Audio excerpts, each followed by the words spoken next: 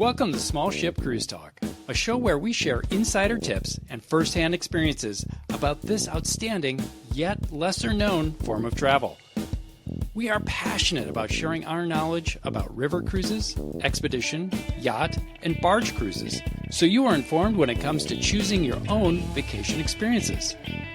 We're your co-hosts, Dan and Mikkel, and we are your cruise experts and the co-founders of Sometimes Sailing, a website that focuses on small ship cruising. Welcome back to another edition of Small Ship Cruise Talk. Today we're talking about Disney's Adventures by Disney river cruises. And we thought, what better guest than have the Disney experts, Brian and Sam of DCL Duo on. Welcome, Brian and Samantha. Appreciate you stopping in and sharing your adventures on Adventure by Disney. Our adventures with Disney. Yep. Adventures with Disney. Thank you for having us. We're so excited to be here. We love you guys, and we're so happy that you invited us to be on your show. Now, you guys are big-time podcasters, over 560 episodes, and pretty much just everything about Disney, right? Well, mostly cruise line. When you said Disney experts, I want to put an asterisk on that. Like, we cannot keep up with the parks, and so we focus on cruise line. And we started doing cruise line because we're like, it's like 4 ships, it's easy to keep up with. And now we're on a trajectory for 13 ships, and I can't keep straight which restaurants on which one. So there you go. Yeah. But we also like to cover the things that are like adjacent to Disney Cruise Line. One of which is, of course, Adventures by Disney, which does river cruises and also land-based trips. And it's essentially a luxury travel brand with Disney that sort of does all the white glove service. So they, pick you up from the airport to taking you back to the airport at the end of your trip. They arrange all of that kind of stuff for you. So logistically, it's very much you don't have to plan anything. They plan everything for you. So I like to say that Disney Cruise Line is sometimes the gateway drug to Adventures by Disney, but I think the reverse is true as well. So there are folks who sort of cross over between those two experiences. We also sometimes on our show like to cover other sort of comparable experiences. So occasionally we will dip our toes into other river cruise lines or expedition cruising. But more likely, we talk sort of other large ship cruise lines and kind of compare and contrast to Disney. For example, recently we went on our second Virgin Voyages sailing and did an episode talking about that cruise and of course, how it's different from a cruise on Disney. I think you're being modest about only really being experts in Disney Cruise Line. You are more Disney experts overall than the average person, but I understand what Brian's saying too. Yeah, we do know, people ask us a lot of the time questions about Disneyland because we are pretty frequent travelers to Disneyland, and so we know that park or that resort, I should say, really, really well. And then, of course, we know Aulani really well because we own DVC there as well. But I'd say like Walt Disney World, while we know more than the average guest, I would not say that we're experts at Walt Disney World. And that's there's a very extensive, Right. Phone a friend, yeah.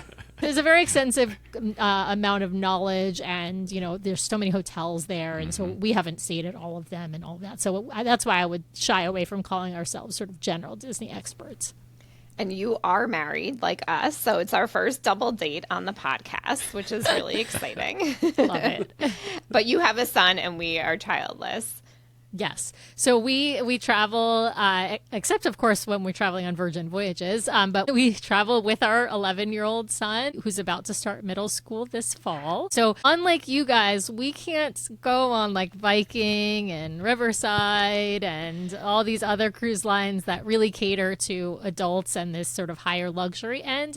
We have to kind of stick to family-friendly sailings and family-friendly travel. And so that's where Disney Cruise Line fits in really nicely, and Adventures by Disney also fits in very nicely, although they do have some adult exclusive experiences that you can book as well. But I want to be clear. We started sailing Disney, just the two of us, even after we had our son. So like our first Disney cruise was after we had our son.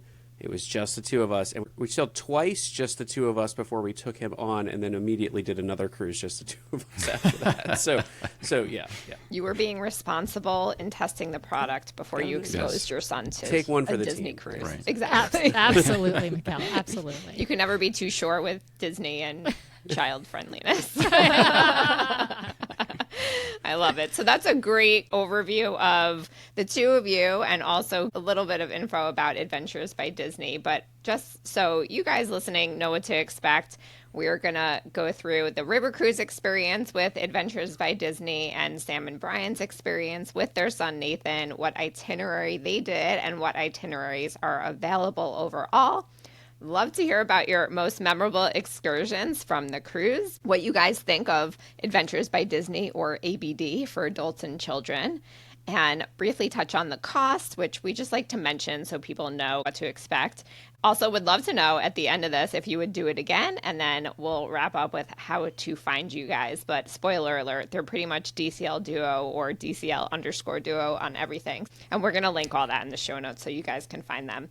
I also can't let the episode pass by without saying that our podcast title, Small Ship Cruise Talk, was run by Sam and Brian, and Brian's the one who said because size matters. So if you look at our podcast art, thank you to Brian for that. And yeah, we look to them for all things podcasting as the pros, and we've been on their podcast several times. We're so grateful for that. And also, if you ever look at our Buzzsprout page, which could be how you're listening if you are listening to the audio version of this, but out of very minimal recommendations that we have for other cruise podcasts to listen to, they are one of two. So yeah, that's a big honor. That's a big honor. Yeah, well, we're so grateful for you guys. Okay, so you touched on what is Adventures by Disney, and you've had episodes about people that have gone. I remember the one about like the whirlwind around the world jet tour. Oh my God, yeah. And that's Adventures by Disney too. So they're not just river cruises. So do any other ones pop up? And have you done any others? We have just done the one, which was a Danube Christmas markets cruise in December. We were on during Christmas. But no, we haven't done others. We have done episodes on the South Africa Adventures by Disney trip. We've done a couple of other river cruises like the Holland and Belgium one. I'm trying to think which other ones. Brian, what are some of the other ones that we've covered? The California trip that they do, which is actually more of like a behind the scenes for Disney and Disney Imagineering. We covered one about Japan, ABD. Egypt. We did Egypt. Oh, yeah, Egypt. Although that show was a little... Their child got pretty sick halfway through, so their experience was a little compromised. No. But it was great to hear because Disney really leaped in to help them out. I mean, the overarching theme for Adventures by Disney is this sort of like white glove hand-holding service. So, you know, for the river cruising, for example, just as we head down that path, they don't have their own river cruise ships. They have basically bought out sailings on AMA waterways. Right. And then what they're doing is supplying these adventure guides. Right, so AMA's staff is staffing the cruise still. Their cruise director is still there. You have access to all the amenities on the ship, you know, the food, the service. That's all going to be AMA. But then Disney sends on, you know, 3 to 4, usually 4, I think, for a river cruise guides. It's 5. It's 5 for a river cruise. And so they have like 2 guides who are like sort of general corporate guides, and they've done the itinerary usually frequently. And then they also bring on guides who are from the countries you're going to visit. And so when they're in those countries, those guides are like the experts for, you know, hey, I want to grab lunch today while we're in town. Where should we go? So they kind of become your concierge for that city. And then they lead all of the excursions. And then what happens is I know most river cruise lines have included excursions, or a lot of them do. It's kind of the same thing, except that Disney does a lot of, like, I would say, you know, they're really known for ferreting out some unique opportunities, the best service providers for those, and then getting you special access, front of the line access. So they all carry these little paddles that have numbers on them, like you'd see on a cruise to guide. But we call them the paddle of power because they just wave that paddle around, and suddenly you're like skipping lines, and you know you're in the room with the codex that Da Vinci wrote, and you're like, what happened here? You know, not that bad, but it's that kind of service. And then when things go wrong, there's a Disney presence there to like leap into action. Like, you know, they carry these bags that are like Mary Poppins bags. So like, oh, you hurt your finger? Let me find the Band-Aid. Oh, you need some ibuprofen? Here you go. Oh, you need a battery charger? I have 3, right? It's that kind of service that you're paying for. That's kind of what Disney bills the difference as being, I think. And they also do all of the arrangements with the local, you know, tour guides and whatnot. So like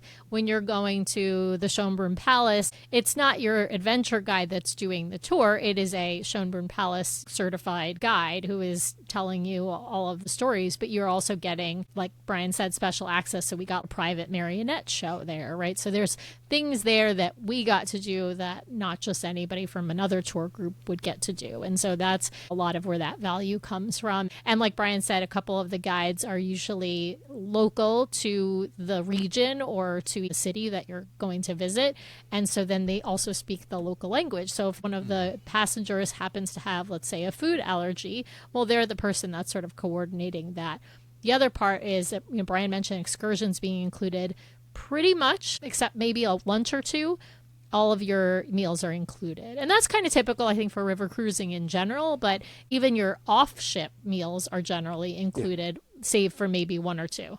And actually on the cruise that we did, because it was over Christmas time, we did a gift exchange and they gave everybody 20 euros. And they're like, here's the money to go buy the gift for the gift exchange. Right? Don't go over 20 euro. And I was like, do we bring back the they're like, just take the money and go do whatever you want.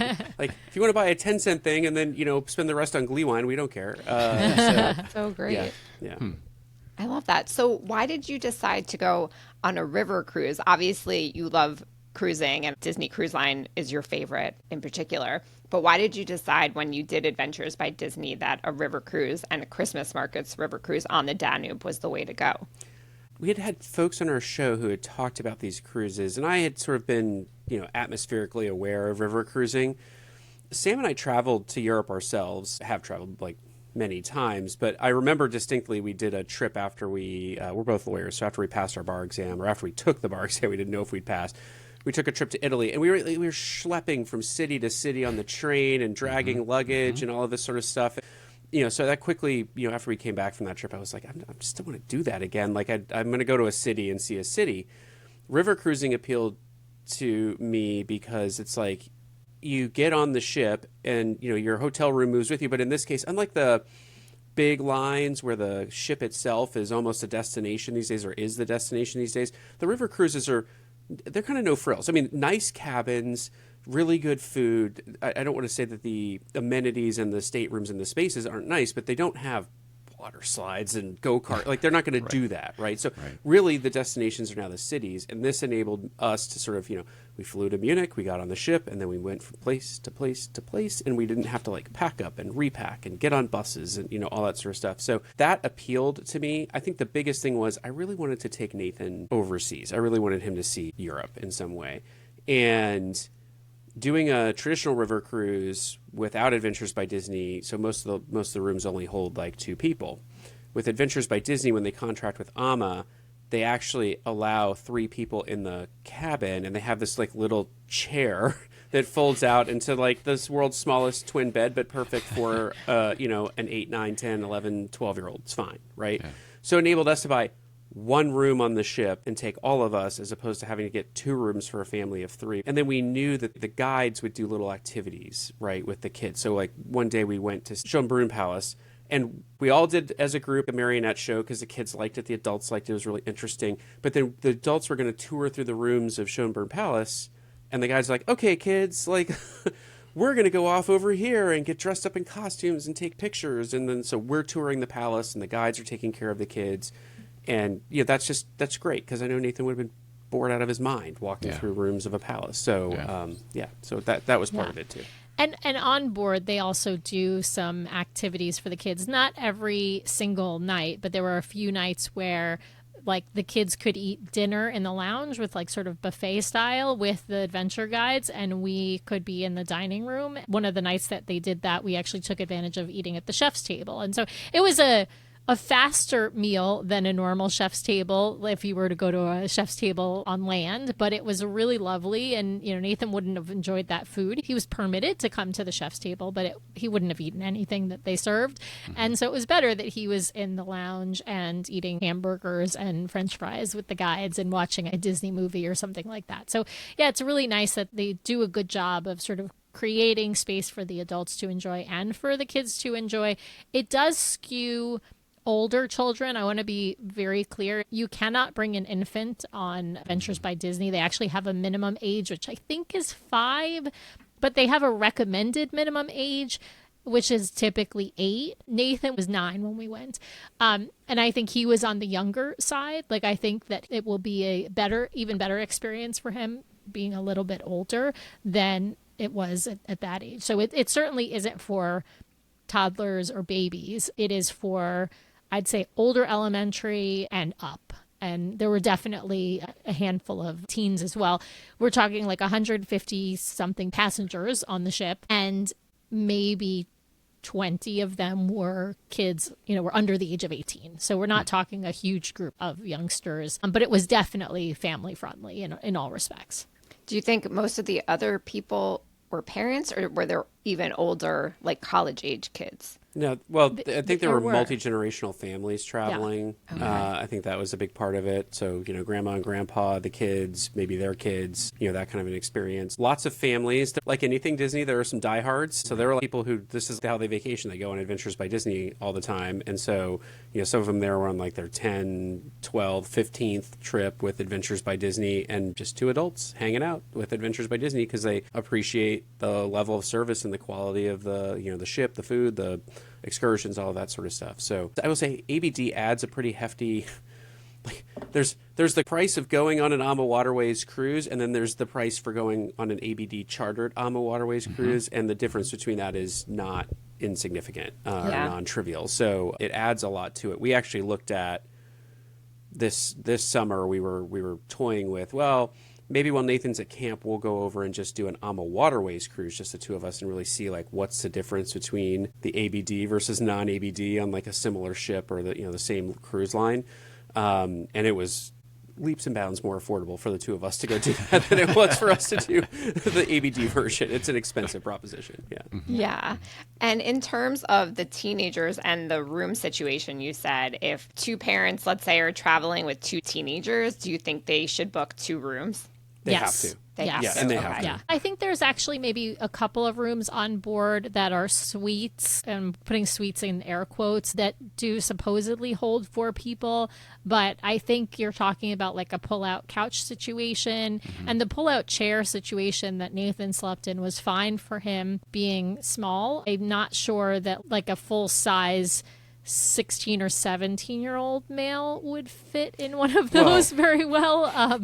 So, with teenagers, especially older teens, you do need 2 rooms. And one adult has to actually technically be booked into each of the rooms. Yeah, but the other reason that you need 2 rooms is, so when I say they'll allow 3 into a cabin, let me be very clear. I think the price per person varies between like $5,000 and $7,000 per person for some of these trips. And Nathan, as a child, gets a very small discount. I think you thought about $500. Mm-hmm. So like all they're really doing is saving you the cost of having to buy the double occupancy cabin next door for a single person. So you're saving the $6,000 or whatever it would be to have that 2-person cabin for only 1 person. But once you're 4 people, you might as well just get there's not really a savings. You're still paying the same price for that 1 person to be in your cabin. You're just not having to pay the double occupancy. So right. And some of the rooms on the AMA ships, which I think is another reason, which came first, the chicken or the egg? So which came first, the partnership with Adventures by Disney, or that the AMA Waterways ships are some of the only ships that have adjoining rooms? So like a hotel that the door would open, but most river cruise lines don't have that because they don't need it. I think I did hear at one point Adventures by Disney had kind of partnered with AMA over the construction of a couple of ships to sort of give them some, I don't know if it was like, you must do this because we have a partnership, or it was more like design input on the ship. So I did hear that ABD tends to use the same handful of ships every year. And I have a feeling they sort of worked with AMA to say, like, we're going to need some adjoining staterooms on these ships. We need to figure out how we do that. So yeah. I will say that, one thing that was surprising to us was, you sort of read the fine print of what the size of the stateroom, and then you see the stateroom, and it's a bit shocking for those of us who sail on large ship cruises, and then you go on a river cruise, and the rooms are a lot smaller. They are beautifully and designed and very efficiently designed, but they are really small in comparison. At least the river cruise is smaller. Yes. Than you expected. Oh, yes. I was like, where's she going with this? Yes, okay. no, smaller than what we expected. Interesting. And so for 3 people, but it was comfortable. It was fine. Yeah. And we weren't in the room. You weren't in the room. Right. I will say on a large ship cruise, not to say we spend a lot of time in our room, but we spend some more time in our room. And on the river cruise, when you're sort of just hanging out on the ship, you're hanging out in the lounge. And that's probably the same across all the different river cruises. You're really not like hanging out in your room. We'd come back from the excursion. I'd get my coat off. I'd change out of my like Gore-Tex hiking sneakers and put on my well-worn penny loafers for dinner and go relax in the lounge and have a drink. Like we were never just sitting in the stateroom. We were like passed out sleeping, waking up early, getting ready for the day. They keep you busy. The door. Oh yeah. Right. Yes. Yeah. Oh yeah. It was not a relaxing cruise. That's another difference, I would say. Like it's probably more akin to sailing in Norway or Alaska on a large ship, right? It's go, go, go. You're doing a lot of activities during the day. You're off the ship a lot of the day doing, tours and whatnot. On a Caribbean cruise, which is the typical sort of large ship cruise or Bahamas cruise, it's about, maybe going to the beach, maybe sitting on the pool deck, maybe going to see a movie in the movie theater. And so, yeah, it's definitely a different vibe of sort of relaxation versus touring, right? River cruising, I think, leans into that because, as Brian mentioned, you are right in the heart of a city versus on a large ship, you are at a port that might be hours away from a city. Right. Yep. And you went during Christmas time, but there are pools on the Ama Waterways ship. So if you did go during the kids' summer break or, what have you, you would be able to take advantage of that.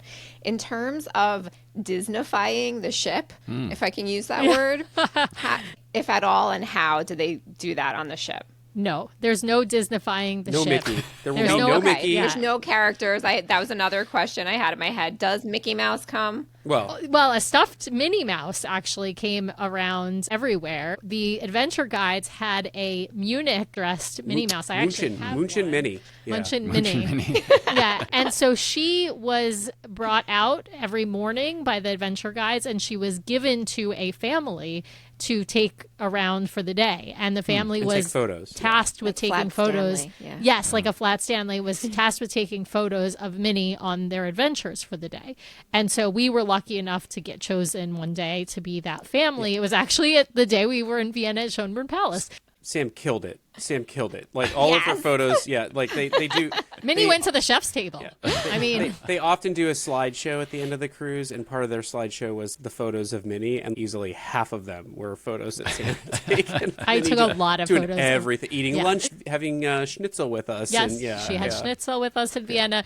She was at a Viennese coffee place. She ate at the chef's table with us that night. She was watching a movie. She was resting on the bed in our stateroom. Like having a drink at the bar. Oh, yes, okay. that's right. But that was the only Disney-fication in that way. I will say there were special things that happen. You get a pin every single day for every place you go to, and it's a Disney themed pin.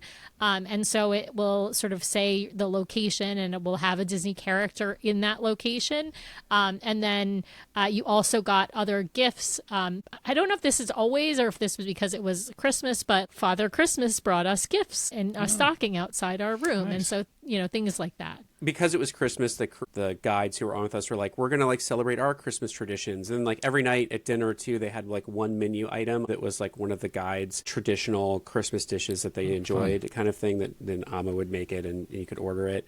The other thing that they do, I mean, it's not Disney-fied. They don't put up decorations and stuff like that. I mean, we had like... Well, they were Christmas decorations. Christmas decor, but like I think part of that was Amma puts up Christmas decor. Mm-hmm.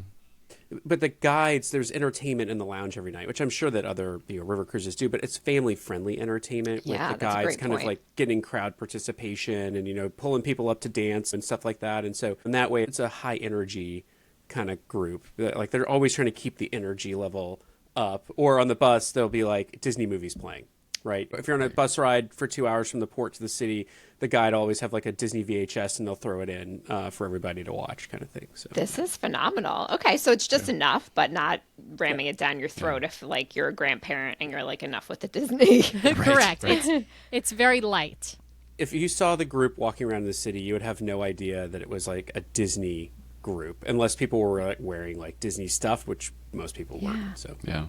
Well, was there Mickey waffles at least? No Mickey waffles. Wow. They're just the regular. So other than what Brian mentioned, which was there was a special dish at dinner that you could order, all of the menu was the Amma menu. Although I will say there was a kids menu, and I don't know if there is a kids menu on other Amma cruises.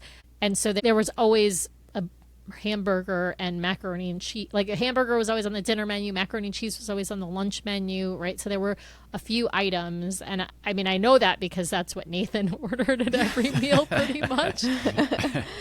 No foie gras for Nathan? No, yeah, he's not. I mean, he's a decent eater, but on Disney Cruise Line, all he eats is hamburgers and Mickey's mac and cheese. So I think he just felt at home. He must, you know, in order to feel like he belonged, he needed to order a hamburger and mac and cheese every day.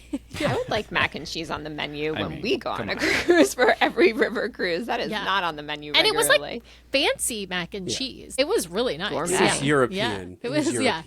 The burger, not so much. I tried the burger and it did not taste like an American burger. I don't know what the spices in the meat or whatever. Just that was probably the only food I would say across this. Like, it was because the patty wasn't made in a factory, frozen, shipped across the country. It just didn't taste right, but it wasn't like terrible. It just didn't taste like it was supposed to taste. Let me put it that way. But that might have been the only food on the entire river cruise that I didn't enjoy. Everything else that I was phenomenal. Super I would say in general we were super impressed with the food quality. Certainly not just comparable to Disney Cruise Line, which we think is very good. I would say it was a step above main dining on Disney Cruise Line. The only letdown we had with food, I feel like, was maybe the buffet lunch we had outside of Salzburg. It's just not great, but I mean, they don't control that, right? And then what I liked was actually that when we were in Vienna, we did this excursion in the morning, and then like, okay, everybody can head back to the ship for lunch and then go explore on your own. And I was like, can we just stay out and go get lunch someplace? They're like, oh yeah, sure. Here's some restaurant recommendations. We're like, fantastic. They're like, ship leaves at whatever time. We're like, we'll be there, right? So it was great. So speaking of the chef's table that you mentioned before and the food in general, you had mentioned that kids are allowed. So the chef's table, for anyone who doesn't know, is an AMA Waterways specialty, that there's a second restaurant that's included in the cost, and it's a little bit of an elevated set menu, like multi-course menu. So did you feel like if Nathan wanted to come, or, you know, a teenager wanted to come, they would like it if they were a little bit adventurous? We can't know without looking at the menu how it differs from the regular AMA Waterways without kids, but I'm curious like what you thought of the menu if he had wanted to come. So there was actually a teenager at our table. Brian and I sat with another family at the chef's table because there's like, I want to say 3 or 4 different tables. And so you just kind of get randomly seated. And the family that we sat with had a teenage daughter. I don't know how old she was, but I think if you were an adventurous eater, like the teen who's willing to try the foie gras and the escargot or things like that, then yes, they could enjoy it. But it's a set menu, as you mentioned, and so you can't make changes, substitutions, that sort of a thing. And so I'd say probably most kids, it's not really kid friendly. Although, like I said, they'll allow your kid to attend. Nathan could have attended even at 9. But yeah, he was certainly much happier. He wouldn't have eaten anything. I'll be totally honest. He wouldn't have touched any of it. I'll say that the chef's table on our cruise, I think, was the weakest onboard food offering that we experienced, just because I'm used to going to a chef's table and it's kind of a multi-course experience, and it's a slower pace. It's enjoy the wine. This felt very much like, okay, we're pouring all the wine. We're just going to like get all the food out. Like, thanks for dining with us. Get out. Like, it felt like they had, and I understand why, because the kids were, but it felt very abbreviated, both in terms of the menu, the experience, the service. Everything just felt kind of like, like I've never been to a chef's table that was 90 minutes, and that's what this felt like. It's like, we've got 90 minutes to get you in and out of this space. And for me, I don't know that I would seek out that experience again. Yeah, right? So, I agree with Brian there. It was nice that we were able to experience it, but I would say it was probably one of the weaker. I liked the main dining better than that experience, but I thought the main dining food was fantastic. And like I said, save for that hamburger, everything was fantastic. And I would say it was not about for me, it was not, the food was good at the chef's, and just for level setting for folks, it's not like we're super picky eaters, like we've eaten at Michelin-starred restaurants in the U.S. and abroad. We enjoy those experiences. This just didn't feel like what I like about that experience, and Michelin rates restaurants based on food quality, atmosphere, and service. And on this, I would say the food quality was high. The service and the atmosphere were just not great. And I think it was just because they had to rush through the meal. So, Right. Take us through your top two experiences excursion-wise on this? You had mentioned Vienna and Schönbrunn and the marionette show, but I know you did some other really great excursions. Yeah. I was going to say, I'll let you go with the number one, and then I'll do the number two one. And neither of those are going to be the Schönbrunn Palace, although that was phenomenal. But I know which one is number one. Now I'll let Brian talk about it, and then I'll talk about the number two, which was like a sleeper hit. We didn't even initially choose it. Number one was the salt mines. So we had talked to a couple of folks who had done the Christmas Markets River Cruise with ABD. And I think both of them said, or at least one of them was like, if you do this cruise, no question, do the salt mines. So we weren't in Salzburg because that's not on the river, but we were in a small town. You had to bus into Salzburg for 2.5 hours. There were two excursion offerings. One was this salt mines tour, which was you went to a salt mine, you had lunch, and then you went into Salzburg and you did a little tour, and then you got to see the Christmas market. The other one was a Sound of Music kind of tour, right? So we chose the salt mine, and I was like, I don't know what's going to happen here. I mean, we'd heard some things from people, but I didn't know quite what to expect. They take you up to this. It's not an active salt mine anymore. It's basically been turned into a museum, but it was an active salt mine.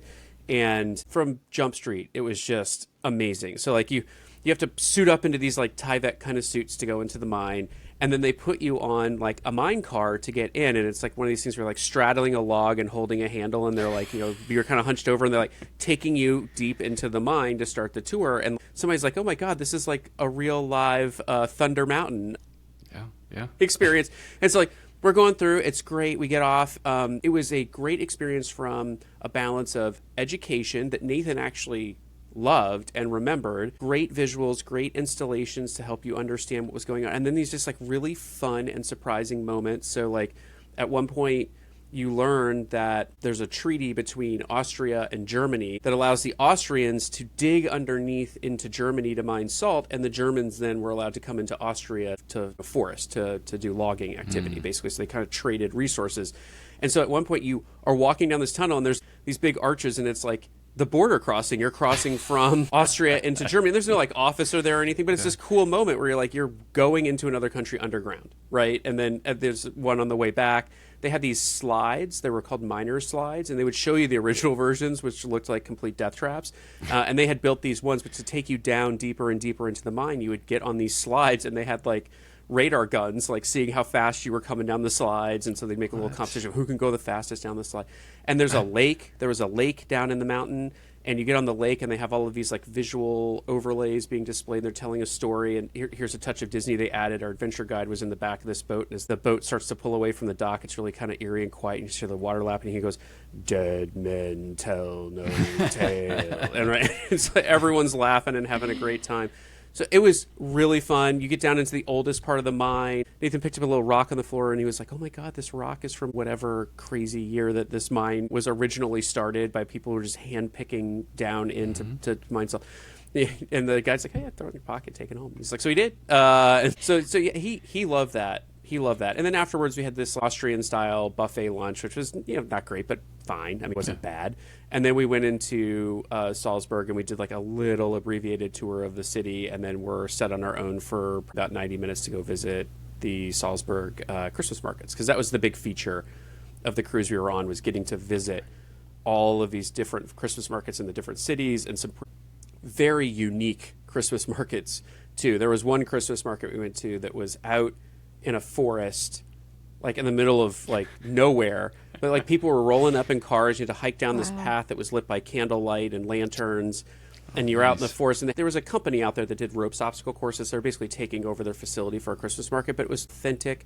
You're not going to this place when you fly into, like, this is where the locals go, right? And so they're taking you to an authentic Christmas market that people go to. You really get a sense of like, kind of, you could try some of the really local food and drink and handicrafts and stuff like that. It was great. The other excursion that I would say was a kind of a sleeper hit, which, like Brian said, people had told us to do the salt mine. This one we actually didn't initially choose. We were in Budapest, Hungary. Loved Budapest. Yeah, this was the end of our sailing. And we had signed up to do a food market tour in the food hall. And they had too many people sign up for the food hall tour. And they sort of said, would anybody maybe volunteer to switch and do this other tour that we have, which goes to like this equestrian facility that does this really cool demonstration with horses and sort of the Hungarian tradition with raising horses and showing horses. And so we were like, you know what? Like, we had talked to one of our adventure guides, Danny, and he was like, this is a really good one. Like, I would highly recommend if you're thinking about switching, this is one to switch to. So we raised our hands and decided, we'll switch. And it was such a good decision because this equestrian facility was so interesting. There were like farm animals that you could also look at. They did this really cool demonstration with shooting arrows from horses and standing on horses, and they had this big equestrian ring that you were sort of watching a show in. And then we might have had one of our most favorite lunches like that we had. Yeah, I know Brian was gonna, with this fantastic lunch with all these delicious meats and potatoes and so much food, like way too much. The amount of food they were hauling away with people going, I can't we felt eat bad anymore.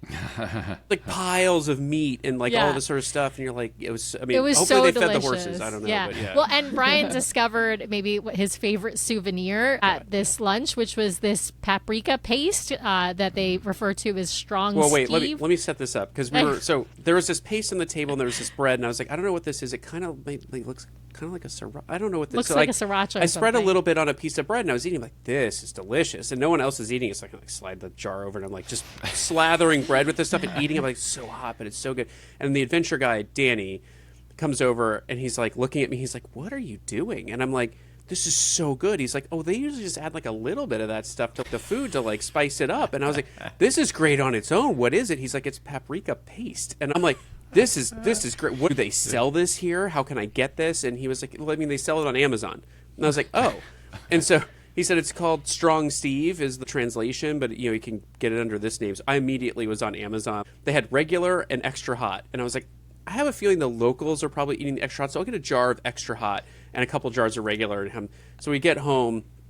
Sam makes chili a couple nights later after we get home, and I have this paste, and I'm like, oh, I love the paprika. This is going to be great. And so I take a teaspoon of it and I mix it into my bowl the extra of chili, hot one, and I start eating. I'm like, this is too hot. This is so hot. So now I take like the tiniest little edge of the spoon and drop it in and just like stir it around, and it's perfect. But yeah, my favorite souvenir by far from this trip. So great. Budapest was amazing. If you have not been to Budapest and you're out there listening to this, like, oh gosh, get on a river cruise that ends in Budapest. The sail or starts in amazing. Budapest. Right. Yeah, it's just amazing. Yeah.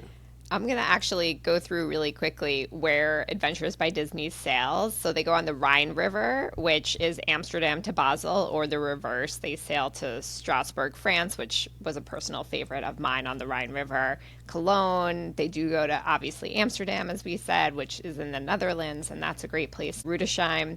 They do the Seine River in France, and there is a Paris extension that Adventures by Disney offers. And they go to Normandy, to Rouen, to learn about the Vikings and Joan of Arc, to Monet's famous locations, Honfleur, where there are beautiful coastal views. Dan and I did Normandy by land, but one day we're going to do it by water, by river.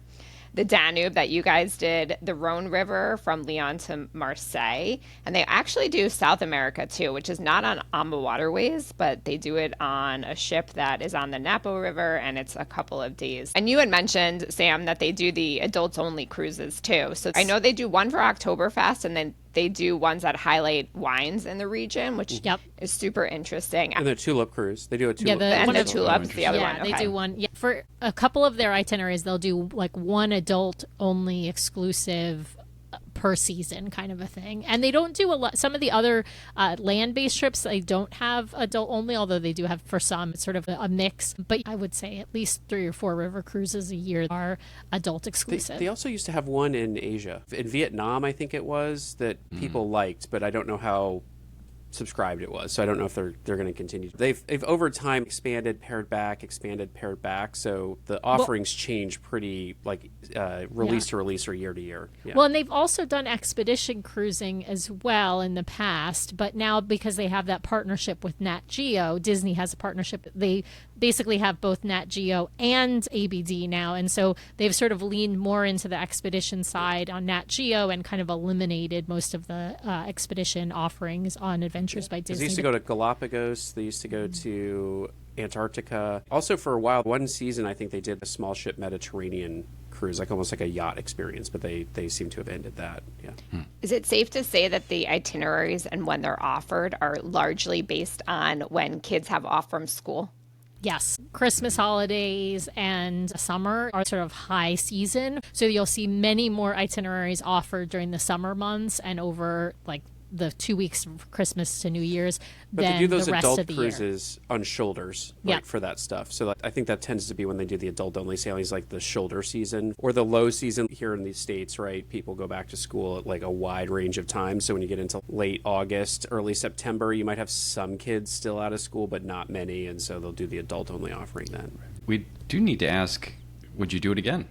We are doing it again. Yeah. So we're actually booked. So funny enough, our inaugural DCL Duo podcast cruise we did last year. We did a special cruise to Lookout Key on the Disney Magic. And for our second podcast cruise, we are actually going on Adventures by Disney. We are going to be sailing the Holland, Belgium itinerary. From Amsterdam. So we're super excited to do that. It goes on all these little like tributaries in the area. It's going to be all about wine and cheese and chocolate and tulips, but not tulips because it's not going to be tulip season because we're going to be there in July. Windmills. Maybe some windmills. Some windmills. Some Delft. Love Delft. Yes. Yeah. Maybe some clogs. It was great. Yes, with clogs. With clogs, right? Yes. So we're super excited. It's a family friendly trip. At this point we have at least 10 rooms joining us. The sailing is still on sale. So if people are interested in coming with us, they can always reach out to us and then we'll put you in touch with our agency sponsor who is the one booking the sailing for everyone.